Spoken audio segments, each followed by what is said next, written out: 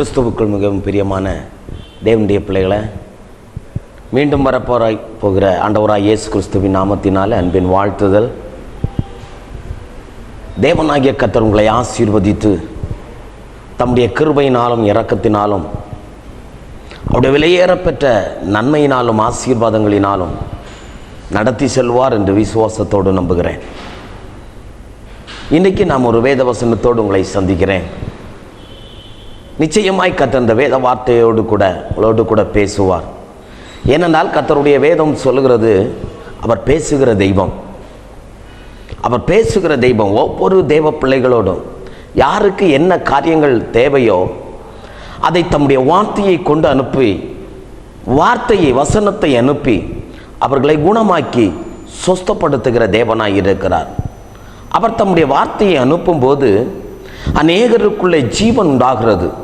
அவர் தம்முடைய வார்த்தையை அனுப்பும்போது அநேகருக்குள்ளே பலவீனங்கள் மாறி சந்தோஷம் உண்டாகிறது, அநேகருக்குள்ளே சமாதானம் உண்டாகிறது என்பதை நாங்கள் கண்கூடாய் கண்டு கொண்டிருக்கிறபடியினாலே இந்த வேத வசனத்தின் அடிப்படையில் உங்களோடு கூட பேச நான் ஆசைப்படுகிறேன். 2 சாமுவேலின் புஸ்தகம் 3வது அதிகாரம் 1வது வசனம். 2 சாமுவேல் 3வது அதிகாரம் 1வது வசனம். சவுலின் குடும்பத்துக்கும் தாவீதின் குடும்பத்துக்கும் நெடுநாள் யுத்தம் நடந்தது. தாவீது வர வர பலத்தான், சவுலின் குடும்பத்தாரோ வர வர பலவீனப்பட்டு போனார்கள் என்று கர்த்தருடைய வேதம் சொல்லுகிறது. கவனிக்க வேண்டும், இங்கே 2 கர்த்தரால் அபிஷேகம் பண்ணப்பட்ட தேவர் தாசர்களை குறித்து கர்த்தருடைய வேதம் தெளிவாய் சொல்லுகிறது. ஒன்று சவுல் என்று சொல்லக்கூடிய ராஜா. புதிய ஏற்பாட்டிலே சொல்லப்பட்ட பவுலாகிய சவுல் அல்ல. இது இஸ்ரவேல் ஜனங்கள் தங்களுக்கு ராஜா வேண்டும் என்று சொல்லி கேட்ட பொழுது தேவனாகிய கர்த்தர் பென்யமீன் கோத்திரத்தினுடைய சிறிய கோத்திரமாகிய சிறிய குடும்பத்தில் இருந்து தெரிந்து கொண்ட ஒரு உயரமான ஒரு ராஜா. தேவனுடைய பிள்ளைகளை, இந்த சவுலை கர்த்தர் ராஜாவாக அபிஷேகம் பண்ணி கர்த்தர் அந்த ஜனங்களை ஆளும்படியான அதிகாரத்தை சவுலுக்கு கொடுத்து இஸ்ரவேல் முழு கோத்திரத்துக்கும் கர்த்தர் அவரை ராஜாவாக அபிஷேகம் பண்ணி இருக்கிறார். இஸ்ரவேல் ஜனங்கள் எகிப்திலே 400 வருஷ காலம் அடிமைப்பட்டு கிடந்து 400 வருஷ காலம் முடிந்த அன்று ராத்திரியிலே அவர்கள் அந்த தேசத்தை விட்டு புறப்பட்டு பாலும் தேனும் ஓடுகிற கானான் என்னும் தேசத்துக்கு நேராக தேவனாகிய கர்த்தர் ஆபிரகாமுக்கு வாக்குத்தத்தம் பண்ணின அந்த வாக்குத்தத்தத்தை சுதந்திரிக்கும்படியாக இவர்கள் புறப்பட்டு வந்தார்கள். வழியிலே செங்கடலை தாண்டி, வனாந்தரத்தை தாண்டி, சீனாய் மலையை தாண்டி, யோர்தானை தாண்டி, யோர்தானின் இப்புறத்திலும் அப்புறத்திலுமாக கானான் தேசத்தை சுதந்திரித்து கொண்டார்கள். கர்த்தர் ஒருவரே அவரை நடத்தி கொண்டு வந்தார் என்று வேதம் சொல்லுகிறது. அதற்கு பின்பாக தேவனாகிய கர்த்தர் ஆசாரியர்களை, தீர்க்கதரிசிகளை கொண்டு கர்த்தர் அவர்களை நடத்தினார். சில காலங்கள் வந்த பொழுது மற்ற ஜனங்களைப் போல, மற்றவர்களைப் போல, மற்ற ஜாதியாரைப் போல, மற்ற ஜனங்களைப் போல எங்களுக்கும் ராஜா வேண்டும் என்று சொல்லி அவர்கள் முறையிட்ட பொழுது கர்த்தர் தெரிந்து கொடுத்த ராஜா தான், கர்த்தரால் அபிஷேகம் பண்ணப்பட்டு, கர்த்தரால் முன்குறிக்கப்பட்டு, கர்த்தரால் அழைக்கப்பட்ட ஒரு மனிதர் தான் சவுல் என்று சொல்லக்கூடிய ராஜா.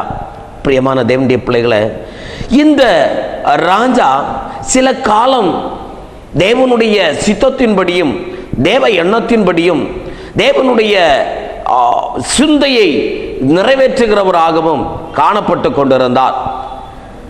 கடைசியிலே அவர் தள்ளப்பட்டு, ஒடுக்கப்பட்டு, தள்ளப்பட்டு ஒன்றுமில்லாமல் ஆன பின்பு அவர் மேலிருந்த அந்த ராஜ அபிஷேகம் தாவீதுக்கு கொடுக்கப்பட்டது. கவனிக்க வேண்டாம், தாவீது தன்னுடைய தகப்பன் குடும்பத்தில், ஈசாயினுடைய குடும்பத்தில் மிகவும் இளைய குமாரன், தகப்பனால் மறந்து போகப்பட்டவன், தன் சொந்த சகோதரரால் சி என்று இகழப்பட்டு வெறுத்து தள்ளி ஓட்டி விடுகிறவன். ஆனால் கர்த்தர் தாவீதை நினைவு கூர்ந்து வைத்திருந்தார். கர்த்தர் தாவீதை நேசித்தார். கர்த்தர் தாவீதை நேசித்து அன்பு செலுத்தினபடியினால கர்த்தருடைய கரம் தாவீதோடு கூட இருந்தது. சவுல் என்று சொல்லக்கூடிய இந்த ராஜா தேவ சித்தத்தை நிறைவேற்றாமல் போன பின்பு சாமுவேல் மிகுந்த துக்கமாயிருக்கிறார். தேவனாகிய கர்த்தரே சவுல் ராஜாவின் மேல் இருந்த அபிஷேகத்தை எடுத்து போட்டு அவரை உதறி தள்ளிவிட்டாரே என்று சொல்லி மிகுந்த வேதனை வருத்தத்தோடு காணப்படுகிறார். சில நாட்களில் கர்த்தர் சாமுவேலோடு இடைப்பட்டு சொல்லுகிறார், சாமுவேலே, நான் வெறுத்து ஒதுக்கின, நான் வெறுத்து தள்ளின சவுலுக்காக எந்த மட்டும் நீ அழுது கொண்டிருப்பாய்? நீ எழுந்து ஈசாயினுடைய வீட்டுக்கு போ. ஈசாயினுடைய வீட்டில் அவனுடைய குமாரல் ஒருவனை நான் என்னுடைய கண்களுக்கு நல்லவனாய் உத்தமனாய் என் இருதயத்துக்கு ஏற்றவனாய் நான் கண்டிருக்கிறேன், அவனை நீ அபிஷேகம் பண்ணு என்று சொல்லுகிறார். சாமுவேல் எழுந்து போகிறார். ஈசாயை பலிவிருந்துக்கு அழைத்து எல்லாரையும் பிள்ளைகளை கடந்து வர செய்கிறான். கர்த்தர் சொல்லுகிறார், இவனை பார்க்காதே, இவனுடைய அழகை பார்க்காதே, இவனுடைய உயரத்தை பார்க்காதே, இவனுடைய திறமையை பார்க்காதே, இவனுடைய படிப்பை பார்க்காதே என்று ஒவ்வொருவராக தள்ளிவிடப்படுகிறான். கடைசியில் எல்லாரும் முடிந்து போயிற்று. சாமுவேல் கேட்கிறார், இத்தனை பேர் தானா? இல்லை, இன்னொருவன் இருக்கிறான். அவன் வனாந்தரத்தில் அவன் ஆடுகளை மேய்த்து கொண்டிருக்கிறான். கவனிங்கள், ஈசாய் தன் தகப்பனுடைய வீட்டில் நல்ல பலிவிருந்து நடந்து கொண்டிருக்கிறது. சந்தோஷமும் மனமகிழ்ச்சியும் பூரிப்பும் தீர்க்கதரிசி வந்திருக்கிறார். தான் முதல் பெயர்சபா வரை பெயர் கேட்ட ஒரு தீர்க்கதரிசி வீட்டில் வந்திருக்கிறார். தன் சொந்த பிள்ளையை வனாந்தரத்திலே ஆடு மேய்க்க விட்டிருக்கிறார் ஈசாய். அப்படியானால் தகப்பனால் கூட மறந்து போய், தகப்பனாரால் கூட அவன் ஒதுக்கி தள்ளப்பட்ட ஒரு தேவ மனிதனாய் இருந்தான். கர்த்தர் அவனை கண்டு எடுத்தார், அபிஷேகித்தார். சாமுவேல் அந்த தான் கொண்டு வந்திருந்த அபிஷேக தைலத்தை தாவீதின் மேலே ஊற்றி அந்த தாவீதை இஸ்ரவேலுக்கு ராஜாவாக அபிஷேகம் பண்ணினார். எனக்கு பிரியமான தேவனுடைய பிள்ளைகளே, நாட்கள் கடந்து போயிற்று. நாட்கள் கடந்து போயிற்று. ஒரு நாள் தகப்பன் இந்த தாவீதை பார்த்து சொல்லுகிறார், உன்னுடைய சகோதரர்கள் எல்லாம் யுத்த களத்துக்கு போயிருக்கிறார்கள், நீ சென்று அவர்களை விசாரித்து வா என்று சொல்லி அவனிடத்தில் சில ஆகாரங்களை கொடுத்து அனுப்புகிறான். 1 சாமுவேல் 17வது அதிகாரத்துக்கு நேராக வேதாகமத்தை நீங்கள் திருப்பிக் கொள்வீர்களேனால், இங்கே ஒரு பெரிய யுத்தத்துக்காக எல்லாரும் ஆயத்தப்பட்டு கொண்டிருக்கிறார்கள். சவுலினுடைய சேனை ஒரு பெரிய யுத்தத்துக்காய் நின்று கொண்டிருக்கிறது. பெலிஸ்தர் பக்கத்தில் இருந்து ஒரே ஒரு மனிதன், கோலியாத் என்று சொல்லக்கூடிய உயரமுள்ள மனிதன் வந்து நின்று 40 நாளளவும் சவுலின் சேனையை கலங்க பண்ணி கொண்டிருக்கிறார். அவன் சொல்லுகிற ஒரே ஒரு வார்த்தை என்ன தெரியுமா? உங்களில் யாராவது ஒருவரை தெரிந்து கொள்ளுங்கள், என்னோடு கூட யுத்தம் பண்ணட்டும், அவர் என்னை ஜெயித்து விட்டால் நாங்கள் உங்களுக்கு அடிமை, நான் அவனை ஜெயித்து விட்டால் நீங்கள் எனக்கு அடிமை என்று சொல்லுகிறார். பிரியமானவர்களே, இந்த காரியத்தை கேட்டு கேட்டு கேட்டு கேட்டு சவுலினுடைய சேனை மிகுந்த இளைப்படைந்தவர்களாய் சோர்வடைந்தவர்களாய் இருக்கும் பொழுது இந்த தாவீது அந்த கூட்டத்திலே கலந்து கொள்ளுகிறார். அந்த யுத்த களத்திலே தாவீதும் வந்து தன் சகோதரர்களோடு இணைந்து கொள்ளுகிறார், விசாரிக்கிறார். அப்பொழுதுதான் கோலியாத் வந்து நின்று இஸ்ரவேலின் தேவனை நிந்தித்து அவமானப்படுத்தி இந்த சவுலினுடைய சேனையை நிந்தித்து அவமானப்படுத்தி, ஒருத்தனை தெரிந்து கொள்ளுங்கள், என்னோடு கூட அவன் யுத்தம் பண்ணட்டும் என்று சொல்லி கேட்கிறார். எல்லா படை வீரர்களும் நடுங்கிக் கொண்டிருக்கிறார்கள். எல்லா படை வீரர்களும் நடுங்கி, யார் யுத்தம் செய்ய முடியும்? இவ்வளவு பெரிய ஒரு யுத்த வீரனை ஜெயிக்க யாரால முடியும் என்று சொல்லி நடுங்கிக் கொண்டிருக்கிற அந்த வேளையில ஈசாயின் இளைய குமாரனாய் இருக்கிற தாவீது சொல்லுகிறார், நான் அவனை ஜெயிப்பேன், நான் அவனை ஜெயிப்பேன். இஸ்ரவேலின் தேவனை நிந்திக்கிறதற்கு இவன் யார் என்று சொல்லி நான் அவனை ஜெயிப்பேன் என்று சொல்லி விசுவாசத்தோடு புறப்படுகிறான். சவுல் அவருடைய யுத்த தளவாடங்களை கொடுக்கிறான். அதில் பழக்கம் இல்லாததினால சொல்லுகிறான், இதுல எனக்கு அப்பியாசம் இல்லை, பழக்கம் இல்லை, ஆகையினால இது எனக்கு தேவையில்லை, நான் பழகினது எனக்கு போதும் என்று சொல்லி கூழாங்கற்களை எடுத்துக்கொண்டு கவன் கல்லையும் எடுத்துக்கொண்டு போகிறான். கோலியாத் கவனிக்கிறான், ஓ, வேறொரு யுத்த வீரன் என்னோடு கூட போராட இல்லையா? இந்த அற்பமான ஒரு மனிதனா என்னோடு கூட யுத்தம் செய்ய வேண்டாம், வா, உன்னை வெட்டி ஆகாயத்து பறவைகளுக்கு நான் ஆகாரமாய் போடுகிறேன் என்று சொல்லி ஒரு திமிராய் பேசிக் கொண்டிருக்கிறான்.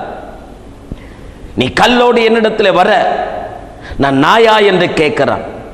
பிரியமான தேவனுடைய பிள்ளைகளை, நடந்தது என்ன தெரியுமா? தாவீது கோலியாத்தை நெருங்கி போகும்போது, கோலியாத் யுத்தத்துக்கு தயாராகும் போது தாவீது தன் கையில் இருந்த கவன்களை எடுத்து அடித்தான். கோலியாத் கவிழ்ந்து விழுந்தான். வேதம் சொல்கிறது, தாவீது ஓடி சென்று அவன் பட்டயத்தை எடுத்து அவன் தலையை வெட்டி அவனை கொன்று போட்டான். இந்த நிகழ்ச்சிக்கு பின்பாக தாவீது பட்சமாய் எல்லாருடைய இருதயமும் திரும்ப ஆரம்பித்தது. அப்பொழுதுதான் 1 சாமுவேல் 18வது அதிகாரத்தை நீங்கள் வாசிப்பீர்களேனால், இந்த ஜனங்கள் எல்லாரும், இஸ்ரவேலின் ஜனங்கள் எல்லாரும் என்ன செய்கிறார்கள்? தம்முடைய யுத்த தேசத்துக்கு பெரிய வெற்றியை தேடி தந்த தாவீதை புகழ்ந்து பாடுகிறார்கள். அப்பொழுது அவர்கள் சொல்லுகிற வார்த்தை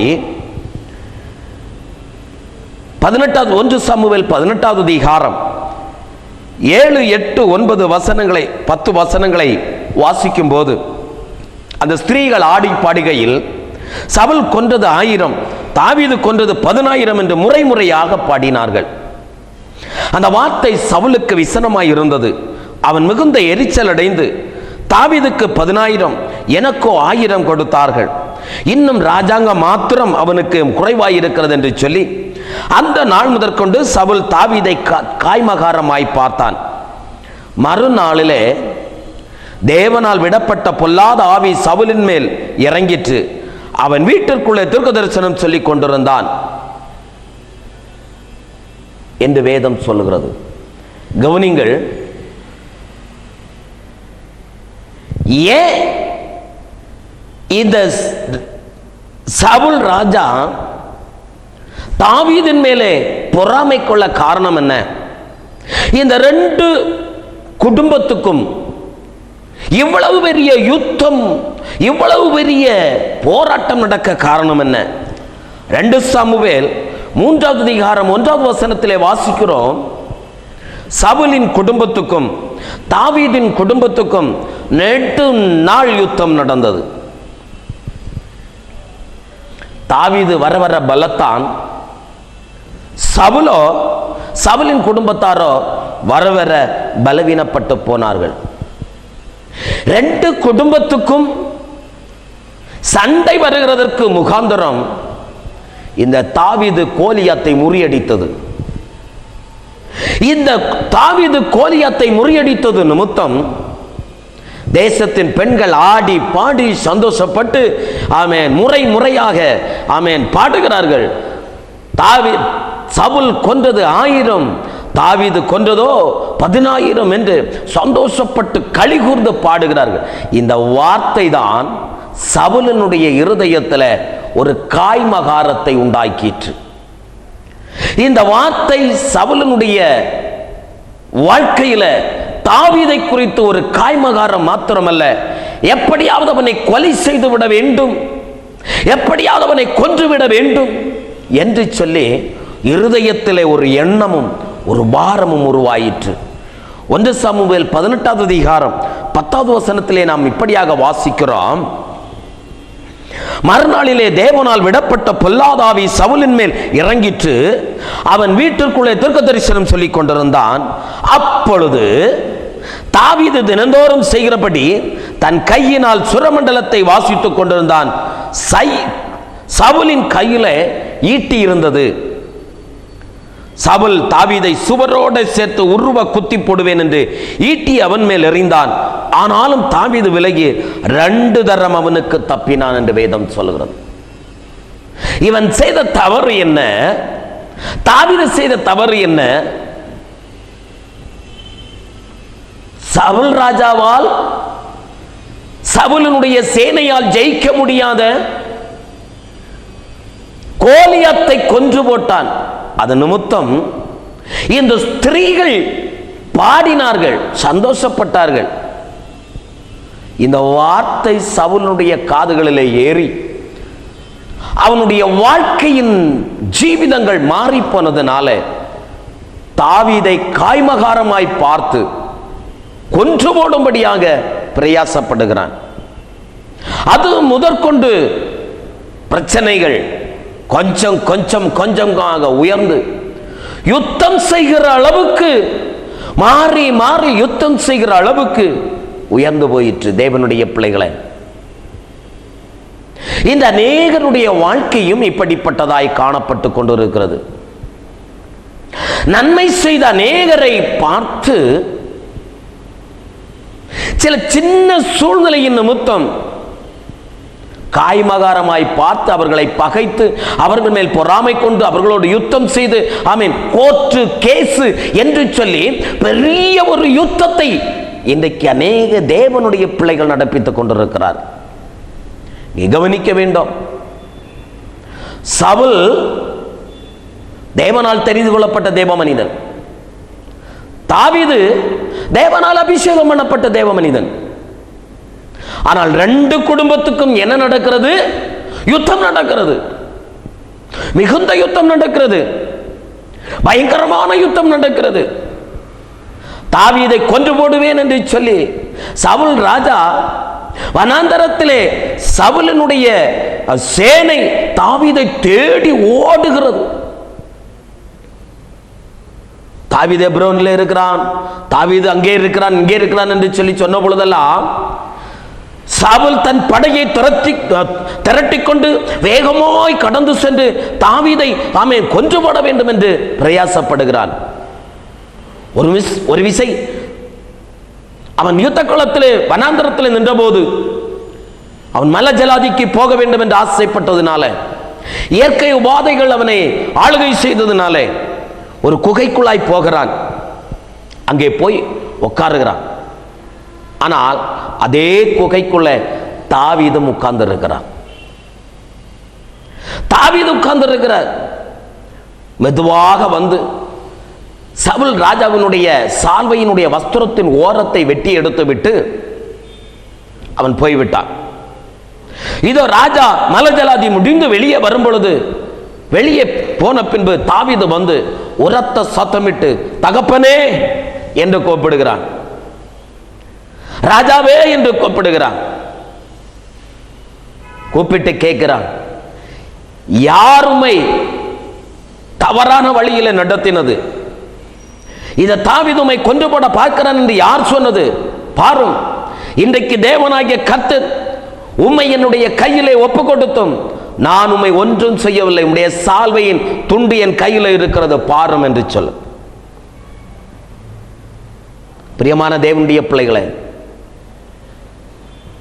அநேக தேவ பிள்ளைகளுடைய வாழ்க்கையில, கர்த்தரை ஆராதிக்கிற தேவ பிள்ளைகளுடைய வாழ்க்கையில, கர்த்தருடைய நாமத்தை மகிமைப்படுத்துகிற தேவ பிள்ளைகளுடைய வாழ்க்கையில, தேவனை துதித்து ஸ்தோத்திரம் பண்ணி அந்நிய பாஷையை பேசி ஆராதித்து ஊழியத்தை செய்கிற தேவ பிள்ளைகளுடைய வாழ்க்கையில அநேகரை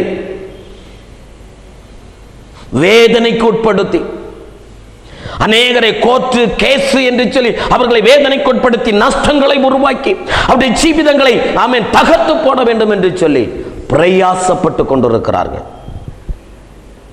ஒன்றை கவனிங்கள், தேவனுடைய பிள்ளைய, இரண்டு பேரும் தேவனால் அபிஷேகம் பண்ணப்பட்ட தேவ பிள்ளைகள். ஆனால் வேதம் சொல்கிறது தாவீது வர வர வர வர பலத்து கொண்டே இருந்தான். எவ்வளவு தூரம் சவுல் ராஜா தாவீதை நெருக்கி கொண்டிருந்தானோ, எவ்வளவு தூரம் தாவீதை சவுல் ராஜா விரட்டி கொண்டிருந்தானோ, அவ்வளவு தூரம் தாவீதுடைய வாழ்க்கையில அவன் ஒரு பெருக்கம், ஒரு ஆசீர்வாதம் உண்டாக ஆரம்பித்தது. வேதத்திலே வாசிக்கிறோம், ரெண்டு பேருக்குள்ளேயும் பிரச்சனைகள் வந்தது, ரெண்டு பேருக்குள்ளேயும் போராட்டங்கள் வந்தது. ஆனால் தாவீது ஜெயிக்க ஆரம்பித்தான். ஒன்றை கவனிக்க வேண்டும், இந்த சவுல் ராஜாவினிடத்தில் இருந்து தேவனுடைய அபிஷேகம் எடுபட்டு போய் பொல்லாத ஆவி வந்து இவ்வளவு காய்மகாரத்தை உண்டு பண்ண காரணம் என்ன என்று சற்று வேதத்தை நாம் ஆராய்ந்து பார்ப்போமேனால், வேதம் என்ன சொல்லுகிறது தெரியுமா? 1 சாமுவேல் 16வது அதிகாரம் 13வது வசனம் சொல்லுகிறது, தைல கொம்பை எடுத்து அவனை அவன் சகோதரன் நடுவில் அபிஷேகம் பண்ணினான். அந்நாள் முதற்கொண்டு கர்த்தருடைய ஆவியானவர் தாவீதின் மேல் வந்து இறங்கியிருந்தார். சாமுவேல் எழுந்து ராமாவுக்கு போய்விட்டான். 14வது வசனம் சொல்கிறது, கர்த்தருடைய ஆவி சவுலை விட்டு நீங்கினார். கர்த்தரால் வரவிடப்பட்ட ஒரு பொல்லாத ஆவி அவனை கலங்க பண்ணி கொண்டிருந்தது என்று கர்த்தருடைய வேதம் சொல்லுகிறது. எப்பொழுது தேவனுடைய தாசனாகிய தாவீது அபிஷேகம் பண்ணப்பட்டாரோ அப்பொழுது தாவீதின் மேல் தேவனுடைய அபிஷேகம் ஊற்றப்பட்டது. சவுலின் மேல் இருந்த தேவனுடைய அபிஷேகம் எடுபட்டு போய் பொல்லாத ஆவியை கர்த்தர் அனுப்பினாராம். கர்த்தர் வேதம் சொல்லுகிறது, கர்த்தரால் வரவிடப்பட்ட ஒரு பொல்லாத ஆவி சவுலை கலங்க பண்ணி கொண்டிருந்தது. இதற்கு காரணம் என்ன? இதற்கு முகாந்திரம் என்ன? 1 சாமுவேல் 13வது அதிகாரம் 9 முதல் உள்ள வசனங்களை வாசித்து பார்ப்பீர்களேயானால் அங்கே வேதம் என்ன சொல்கிறது? அப்பொழுது சவுல் சர்வாங்க தகன பலியையும் சமாதான பலிகளையும் என்னிடத்திலே கொண்டு வாருங்கள் என்று சொல்லி சர்வாங்க தகன பலியை செலுத்தினான். அவன் சர்வாங்க தகன பலியிட்டு முடிகிற போது இதோ சாமுவேல் வந்தான். சவுல் அவனை சந்தித்து வந்தனம் செய்ய அவனுக்கு எதிர்கொண்டு போனான். நீ செய்தது என்ன என்று சாமுவேல் கேட்டதற்கு சவுல், ஜனங்கள் என்னை விட்டு சிதறி போகிறதையும் குறித்த நாட்களின் திட்டத்திலே நீர் வராததையும் பெலிஸ்தர் மிக்மாசிலே கூடி வந்திருக்கிறதையும் நான் கண்டபடியினாலே கில்காலில் பெலிஸ்தர் எனக்கு விரோதமாய் வந்து விடுவார்கள் என்று நான் இன்னும் கர்த்தருடைய சமூகத்தை நோக்கி விண்ணப்பம் பண்ணவில்லை என்றும் எண்ணி துணிந்து சர்வாங்க தகன பலியை செலுத்தினேன் என்றான். 13வது வசனம் சொல்லுகிறது, சாமுவேல் சவுலை பார்த்து, புத்தியீனமாய் செய்தீர், உம்முடைய தேவனாகிய கர்த்தர் உமக்கு விதித்த கட்டளையை நீர் கை கொள்ளாமற் போனீர். மற்றபடி கர்த்தர் இஸ்ரவேலின் மேல் உம்முடைய ராஜ்யத்தை என்றைக்கும் ஸ்திரப்படுத்துவார் என்று சொல்லுகிறார். தேவனுடைய பிள்ளைகளை, வேதம் என்ன சொல்லுகிறது தெரியுமா? தீர்க்கதரிசியாகிய சாமுவேல் செய்ய வேண்டிய ஒரு வேலை, தீர்க்கதரிசியாகிய சாமுவேலினுடைய வேலையை ஜனங்களுக்கு பயந்து, பெலிஸ்தனுக்கு பயந்து சவுல் கையில் எடுக்கிறார். நல்லா கவனிங்கள், தேவனுக்கு பயப்படுகிறதை விட்டுவிட்டு மனுஷனுக்கு பயப்படுகிறது நிமித்தம் வாழ்க்கையில பெரிய இழப்பு. தேவனுடைய கிருபை இழந்து போயிற்று, தேவனுடைய அபிஷேகம் இழந்து போயிற்று, தேவனுடைய நன்மைகள் இழந்து போயிற்று, சகலவற்றையும் இழந்து கர்த்தரால் வரவிடப்பட்ட ஒரு பொல்லாத ஆவி சவுலை கலங்க பண்ண ஆரம்பித்தது. காரணம் என்ன? தேவனுக்கு விரோதமாய் எழும்பினது நிமித்தம். தேவனுடைய ஜனமே, ஒன்றை சிந்தித்து பாருங்கள். தாவீது வர வர பலத்தான். காரணம், சவுலுடைய வாழ்க்கையில தேவனுக்கு பயப்படாமல், கர்த்தருக்கு பயப்படுகிற காரியத்தை அவன் செய்யாமல் மனுஷனுக்கு பயப்பட்டபடியினாலே, உங்கள் வாழ்க்கையில் கர்த்தருக்கு பயப்படுகிற பயம் இருக்கிறதா, மனுஷனுக்கு பயப்படுகிற பயம் இருக்கிறதா என்பதை சிந்தித்து பாருங்கள். மனுஷனுக்கு பயப்படுவீர்களேனால் ஆமென், கர்த்தருடைய ஆவியானவர் நீங்கள் பெற்றிருக்கிற அபிஷேகம் உங்களை விட்டு எடுபட்டு போகும் என்பதிலே மறந்து போக வேண்டாம். தேவனுடைய ஜனமே, கர்த்தருடைய நாமத்தை மகிமைப்படுத்துங்கள். கர்த்தரால் அபிஷேகம் பண்ணப்பட்ட தேவ பிள்ளைகள் கர்த்தருடைய அபிஷேகத்தை இழந்து போகாமல் அந்த அபிஷேகத்தை காத்துக் கொள்ளுங்கள். சவுலிடத்தில் இந்த அபிஷேகம் எடுபட்டதினாலே, தாவீதின் மேலே அபிஷேகம் இருந்தபடியினாலே தாவீதை ஒன்றும் செய்ய முடியவில்லை. சவுல் வர வர பலவீனப்பட்டு போனான். அவனுடைய குடும்பத்தை, அவனுடைய ஜீவிதத்தையும் அவனுடைய சந்ததிகளையும் நீ எடுத்து பார்ப்பீர்களேனால் தற்கொலை செய்து கொண்டு ஆண்டு கொண்டு செத்து போனான் என்று வேதம் சொல்கிறது. அப்படிப்பட்ட நிலைமை எந்த தேவனுடைய பிள்ளைகளுடைய வாழ்க்கையிலும் வராதபடி தாவீதை போல அபிஷேகம் பண்ணப்பட்ட தேவ பிள்ளைகள் விட்டுக் கொடுக்கிறவர்களாய், கர்த்தருடைய சமூகத்தை வாஞ்சிக்கிறவர்களாய், தேவனுடைய அபிஷேகத்தை பெற்றுக்கொண்டு கிருபையிலே வளருகிற தேவ பிள்ளைகளாய் வாழுங்கள். கர்த்தர் உங்களை ஆசீர்வதிப்பார். நாம் செபிப்போமா? எங்களை நேசிக்கிற நல்ல பிதாவே, கிருபை உள்ள ஆண்டவரே, மனமகிழ்ச்சியும் ஆசீர்வாதமுமான இந்த நல்ல பொழுதுக்காக நன்றியோடு துதிக்கிறேன். தேவரீர் ஆமேன், இந்த ஜனங்களுக்காக நீர் இரக்கம் செய்ய வேண்டும் என்று செபிக்கிறேன்.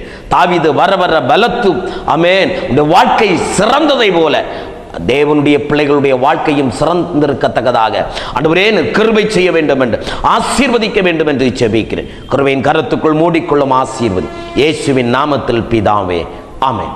பிரியமான தேவனுடைய பிள்ளைகளை ஆமேன், தாவீது போல அபிஷேகத்தை இழந்து போகாதபடி கர்த்தருடைய சமூகத்தில் அபிஷேகத்தை பெற்றுக்கொண்டு அந்த அபிஷேகத்தில் நிலைநில்லுங்கள். கர்த்தர் உங்களை ஆசீர்வதிப்பாராக. ஆமேன். Praise the Lord.